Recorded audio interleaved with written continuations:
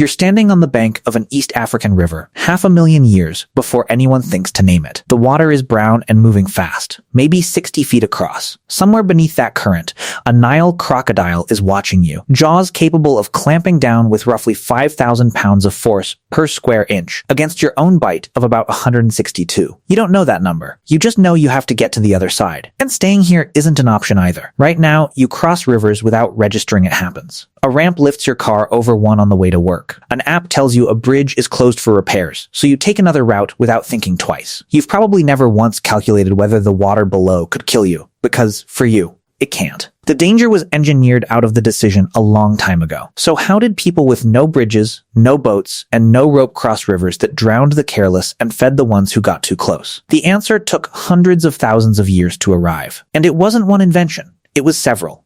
Start with why the water itself was the enemy.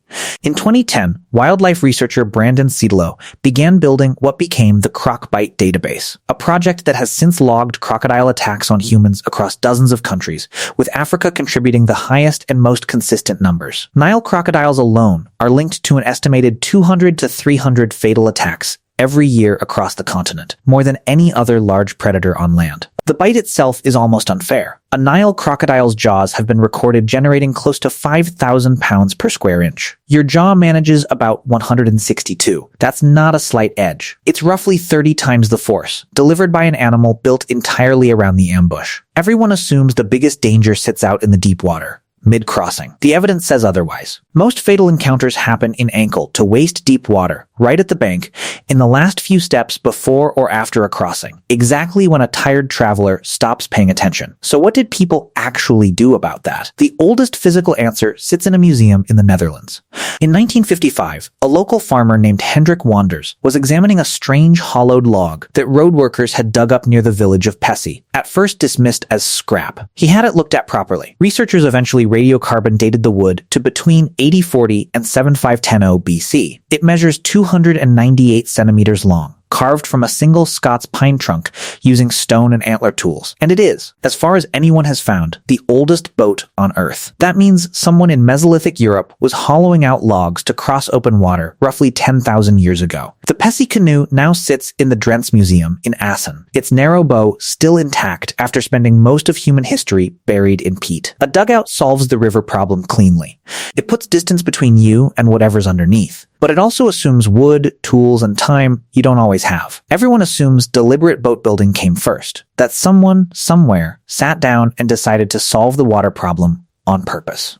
The truth is messier. In 2025, archaeologist Adam Brum and his team at Griffith University published findings on stone tools recovered from the Indonesian island of Sulawesi, dated to as much as 48 million years old. That's evidence an earlier human relative, likely Homo erectus, crossed a stretch of ocean too wide to swim, long before anyone was carving canoes. Brum's own theory is that they probably didn't cross on purpose at all. They were likely swept out on natural rafts of floating vegetation, castaways who happened to live.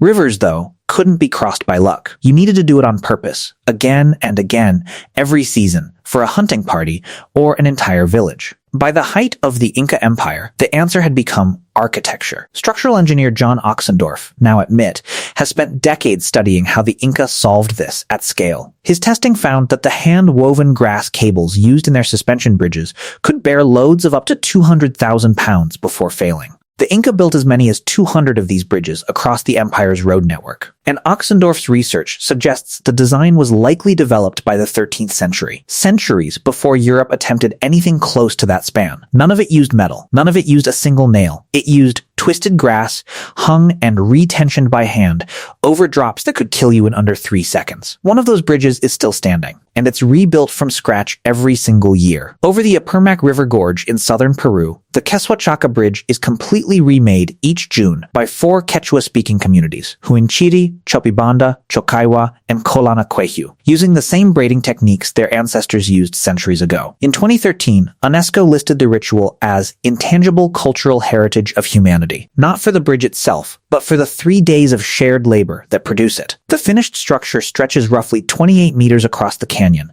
suspended some 30 meters above the water, held up by nothing but grass rope and the coordinated hands of people who show up because their parents did. That's the part that tends to get skipped. The bridge isn't the technology. The willingness of an entire community to rebuild it. Together, every single year without fail. That's the technology. So what actually got early humans across rivers wasn't a single tool. It was 4 different answers, invented in 4 unconnected corners of the world, by people who never met each other and never compared notes. A hollowed log in the marshes of the Netherlands. A stranded crew washed onto Sulawesi by chance. A hand-braided cable strong enough to hold 200,000 pounds. A community in the Andes that has shown up every June for half a millennium. The real weapon was never wood, or grass, or rope. It was the fact that whenever a river blocked a group of people from food, from family, from the next valley over, that group found a way to make the crossing survivable, and then taught the next generation how. Go back to that riverbank, 500,000 years before its name existed. You're still standing there,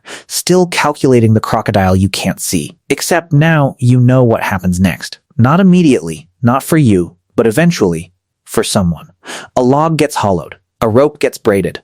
A bridge gets rebuilt, on schedule, by people who've never met you and never will. Every bridge you cross today without looking down was once somebody's unsolved, life or death problem. You just don't have to be brave anymore. Somebody already was on your behalf for about 1,000,000 years straight.